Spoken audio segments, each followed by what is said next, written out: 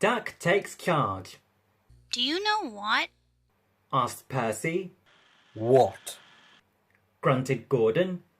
Do you know what? Silly. Said Gordon crossly. Of course I don't know what. If you don't tell me what is. The Fat Controller says that the work in the yard is too heavy for me. He's getting a bigger engine to help me. Rubbish. Put in James. Any engine could do it. He went on grandly. If you worked more and chatted less, this yard would be a sweeter, a better, and a happier place. Percy went off to fetch some coaches. That stupid old signal. He thought. No one listens to me now. They think I'm a silly little engine and order me about. Well, I'll show them. I'll show them. He puffed as he ran about the yard. But he didn't know how. Things went wrong. The coaches and trucks behaved badly, and by the end of the afternoon, he felt tired and unhappy. He brought some coaches to the station and stood panting at the end of the platform. Hello, Percy, Said the Fat Controller. you look tired. Yes, sir. I am, sir. I don't know if I'm standing on my dome or my wheels. You look the right way up to me. Laughed the Fat Controller. Cheer up. The new engine is bigger than you, and can probably do the work alone. Would you like to help build my new harbour at Thomas's Junction? Thomas and Toby will help, but I need an engine there all the time. Oh, yes, sir. Thank you, sir. Said Percy happily. The new engine arrived next morning. What is your name? Asked the Fat Controller kindly. Montague, sir, but I'm usually called Duck. They say I waddle. I don't really, sir, but I like Duck better than Montague. Good. Said the Fat Controller. Duck it shall be. Here, Percy, come and show Duck round. The two engines went off together. At first, the trucks played tricks, but soon found that playing tricks on Duck was a mistake.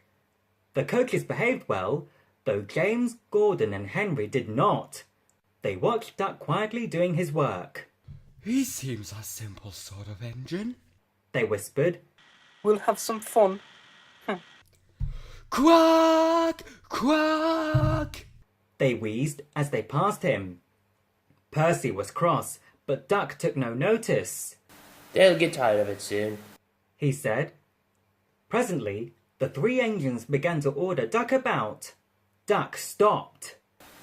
Do they tell you to do things, Percy? He asked. Yes, they do. Answered Percy sadly. Right. Said Duck. We'll stop that nonsense. He whispered something. We'll do it tonight. The Fat Controller had had a good day.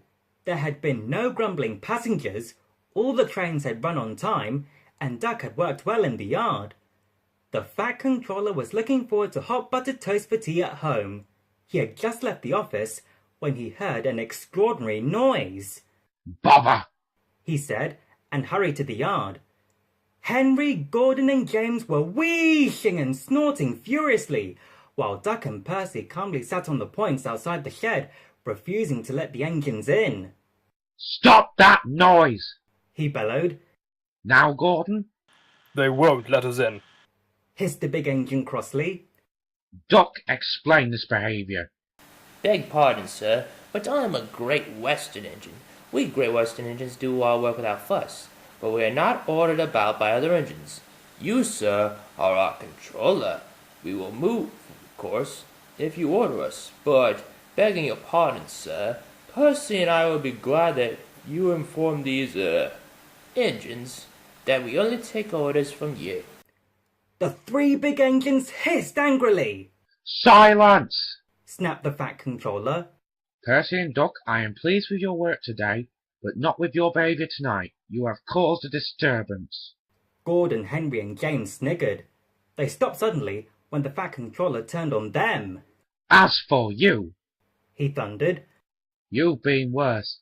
You made the disturbance. Duck is quite right. This is my railway, and I give the orders. When Percy went away, Duck was left to manage alone.